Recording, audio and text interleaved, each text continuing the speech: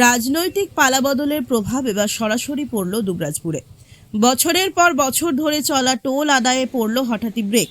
দুবরাজপুর শহরের মধ্যে দিয়ে যাওয়া রানীগঞ্জ মোরগ্রাম 14 নম্বর জাতীয় সড়কে এতদিন টোল আদায় করত তৃণমূল পরিচালিত দুবরাজপুর পৌরসভা। বৃহস্পতিবার সকাল পর্যন্ত সবকিছু ছিল স্বাভাবিক, টোল আদায়ও চলছিল নিয়ম মেনে। কিন্তু বেলা গড়াতেই বদলে যায় চিত্র। ঠিক দুপুর 12টার পর হঠাৎ করেই বন্ধ হয়ে যায় শহরের সমস্ত টোল অফিস। হঠাৎ এই সিদ্ধান্তে স্বাভাবিকভাবে চাঞ্চল্য ছড়ালেও সবচেয়ে বেশি স্বস্তি মিলেছে গাড়ি চালকদের মধ্যে। দীর্ঘদিনের টোলের বোঝা থেকে আপাতত মুক্তি পেয়ে খুশির হাওয়া বইছে তাঁদের মধ্যে। রাজনৈতিক পালাবদলের পর এই সিদ্ধান্ত কতটা স্থায়ী হয় সেদিকেই এখন নজর সবার। প্রদীপ দাসের রিপোর্ট, নিউজ বার্তা।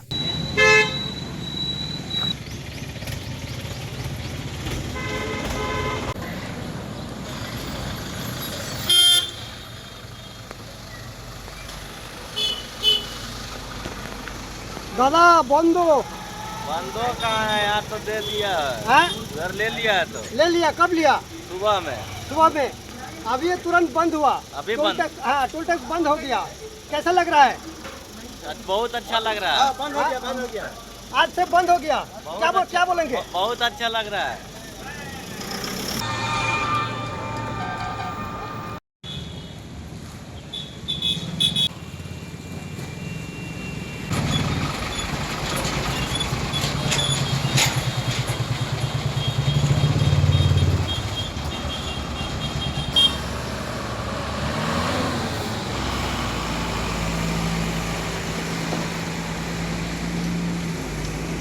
না কাছে বন্ধ।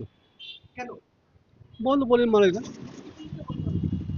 মোটামুটি বড় থেকে আজকে কি কারণে তা বলতে পারছি না, তো জানি না কি কারণে বন্ধ হবে। আজ থেকে একবার বন্ধ।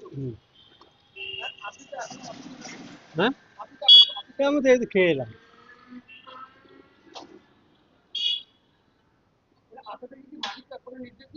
না আমার নিজে বন্ধ হোক, তোমরা খেয়ে বসো বন্ধ আমরা এসে দেখছি কেউ নেই। কে এসছে না আসেন বলতে পারছি না, আমি এসে দেখছি কেউ নেই। বাড়ি চলে যাবো। পরিদর্শন করে